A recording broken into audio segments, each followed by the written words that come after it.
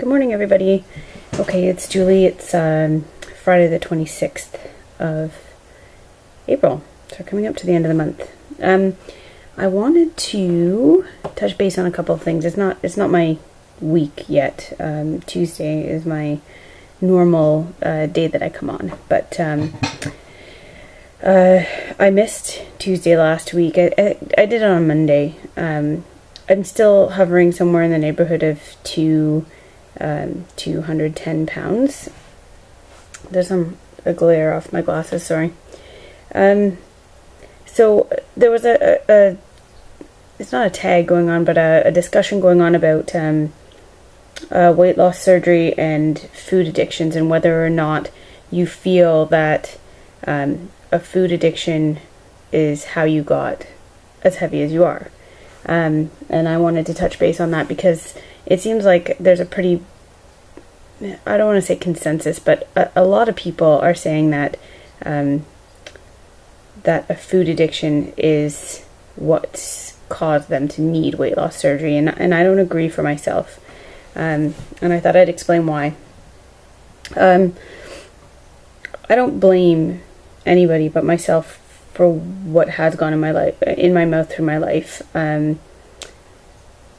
And food definitely brought me where I am. But I think that there's a difference between enjoying food and having a food addiction. An addiction is you can't put it down.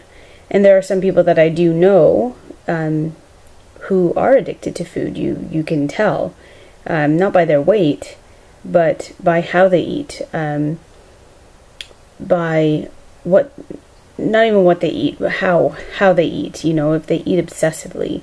I'll give you an example. I have a couple of people in my life, I'm not going to name who. If they're watching, they probably know who they are, but and it's not a, this is not a me judging at all, because we all got here somehow or other. So it's just an observation. So a couple of people in my life wake up in the morning and they have breakfast, and right away as soon as breakfast is done, turn to me or to whoever and say, so what are we having for dinner today? You know, where every thought is food. Every you know, you finish one meal and you're worried about what the next one is. That, to me, I would think that that's a food addiction, that, you know, you're never satisfied. No, you know what, I wouldn't even say that. Not that you're never satisfied, but that it's on your every thought. It's kind of like, you know, with alcohol, it's on your thought all day long. Where's my next drink coming from? So, I was never like that. My problem was that I actually, and the problem still exists now, and I've talked about this before, but I don't eat appropriately at appropriate times. So I'm not a breakfast eater, for instance. So I would often go to work not having eaten anything in the morning, and then not bring anything for lunch because I wasn't hungry in the morning, so I wasn't thinking of preparing a lunch. So I wouldn't eat all day, and then I'd come home and I'm starving, and then at that point I'm stopping through the McDonald's drive-thru to grab something on the way home because I'm dying here. And then I'd come home and make dinner for my family, or you know, I'd stop at the grocery store and pick up all kinds of things, bad choices, junk food kind of stuff, because I'm starving. And that when you're starving, your body's just, you know, my mind automatically goes to, you know, I'm gonna eat a bowl of ice cream and a bag of chips while I'm preparing dinner. So that's changed a little bit now. I obviously don't eat that junk food, and I don't get to the point that I'm not hungry anymore since having surgery. But no, I don't think that I had a food addiction. I think that I have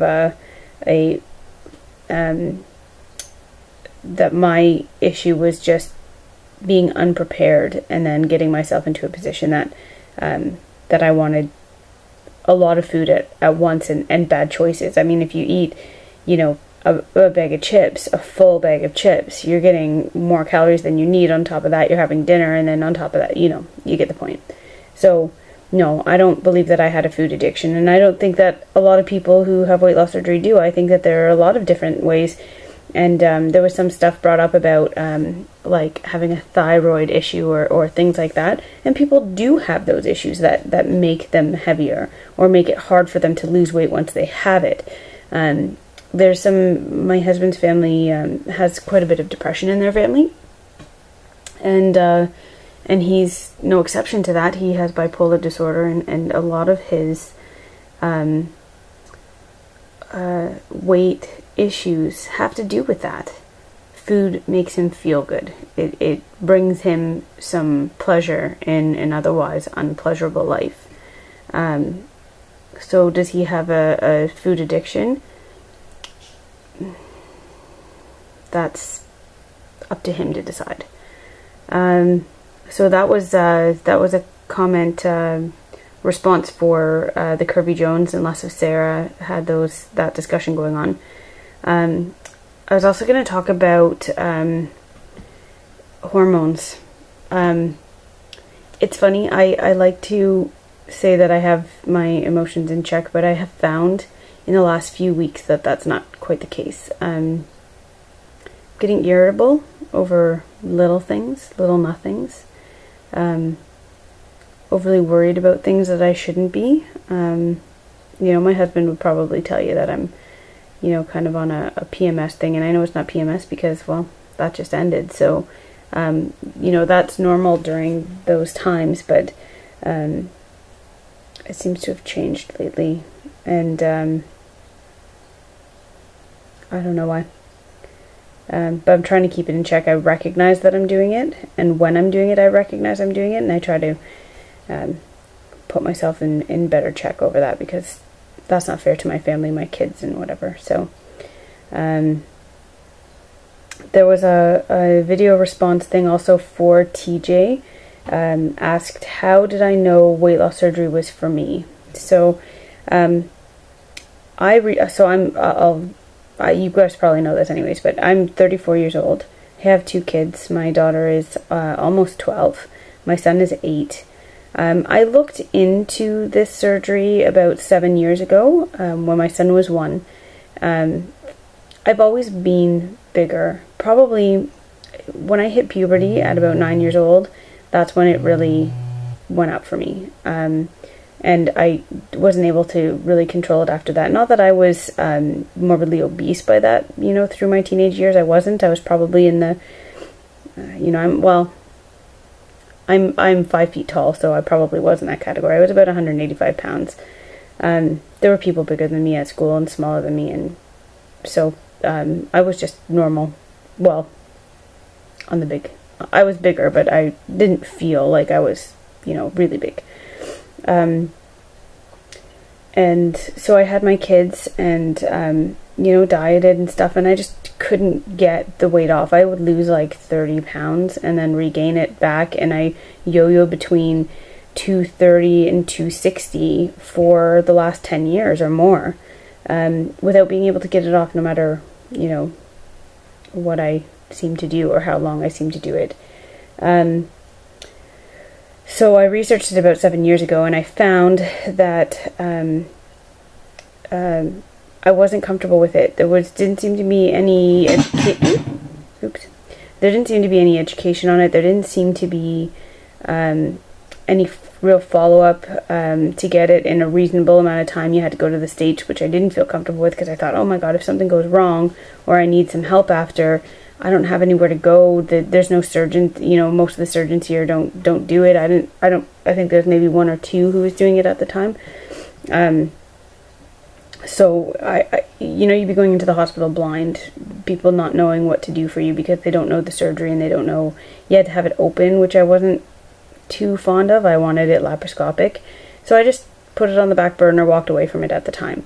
And then about a year and a half ago, I guess, I just reopened that.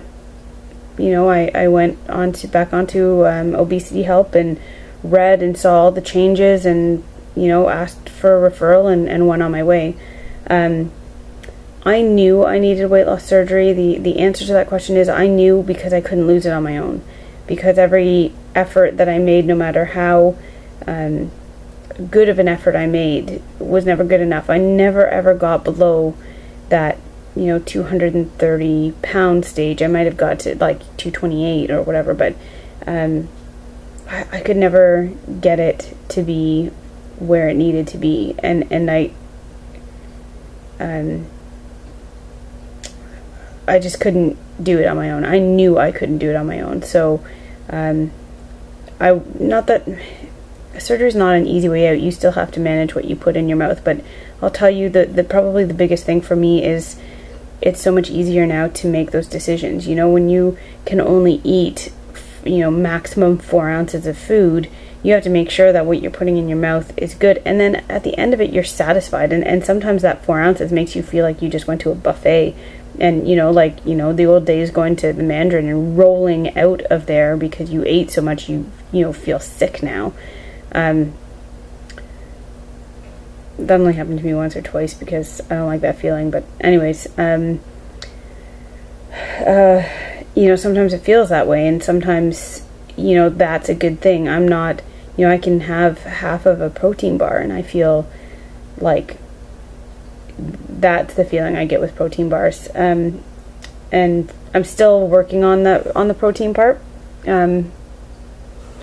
because sorry, my nose is, because the protein bars are, they feel like, if I can make they feel like I eat them, and they're good. They fill me up. I eat half of a bar. I never eat any more than half of a bar at a time, and then it's okay for like 5 minutes, and then all of a sudden it feels like they've puffed up, like it's expanded, and makes me start feeling not so good. So it's kind of like, you know, you put dry rice in a cup of water, or in a cup, and then add water and walk away, and you come back and it's, you know, puffed up.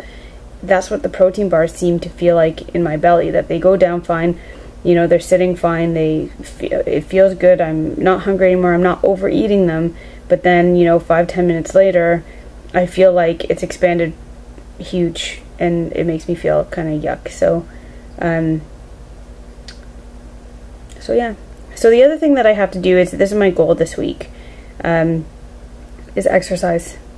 I'm 9 weeks out now, and I really, with the exception of walking the dog, I've really not, I've not started exercising. The weather's getting nicer out, so I don't really have any excuse. So I think what we're gonna do is, you know, I'm gonna make an effort to walk more this week. My life is kind of busy. You know, this week my daughter had her tonsils and adenoids out, so she's home recovering from that.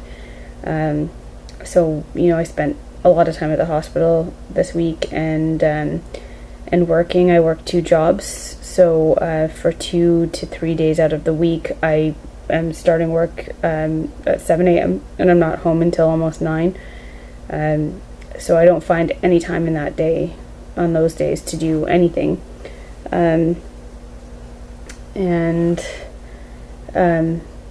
But really, I don't have all that many excuses. I really should be getting out and getting some exercise. So with the nice weather, I'm going to make a better effort. I do want to eventually start running. I'm a little afraid of that, but I think I'm going to load some music onto an iPod and pop in the earphones and just give it a go. There's the Couch to 5K. I might consider starting something like that. I'm also doing the, I'm going to start that squat challenge. I don't know if anybody's seen it. It's like a certain amount of squats on certain days. So I'm gonna give that a go, because hey, it can't do anything but help my thighs, right? Okay, I'm at like 14 minutes now, so I'm gonna say goodbye, and I will come back. I have to catch up on people's videos. Sorry if I haven't been commenting on them. I have been watching them, but I'm watching usually from my phone, and that is difficult. Sometimes it just won't let me respond to things that I want to. So, and then by the time that I get home and get things underway, I've just lost time. So thank you to all of my new subscribers, all my old subscribers, for watching. Hope you're all having a good week, and I will talk to you soon. Bye bye.